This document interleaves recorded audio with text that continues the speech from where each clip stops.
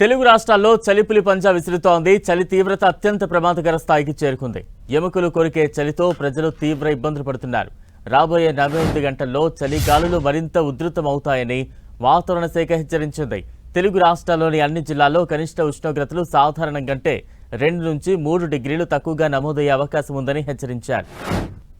రానున్న రోజుల్లో కనిష్ట ఉష్ణోగ్రతలు 6 డిగ్రీల సెంటీగ్రేడ్ వరకు పడిపోయే అవకాశం ఉందని అధికారులు తెలిపారు. గత కొన్ని రోజులుగా ఉన్న తీవ్రమైన చలి కంటే మరింత బలంగా ఉంటుందని హెచ్చరించారు. రాష్ట్ర రాజధాని హైదరాబాద్లోనూ చలి తీవ్రత గణనీయంగా పెరిగింది. రాబోయే 2 రోజులు నగరంలో 8 నుంచి 10 డిగ్రీల సెల్సియస్ ఉష్ణోగ్రతలు రికార్డయ్యే అవకాశం ఉందన్నారు.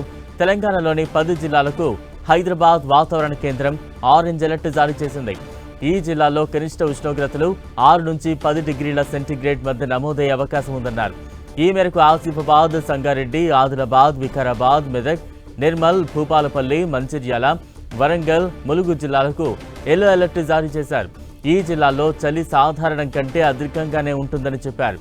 వృద్ధులు, పిల్లలు, దీర్ఘకాలిక వ్యాధులతో బాధపడేవారు తప్పనిసరిగా వెచ్చగా ఉండే దుస్తులు ధరించాలని, రాత్రిపూట తెల్లవారుజామున ప్రయాణాలను తగ్గించుకోవాలని అధికారులు సూచించారు.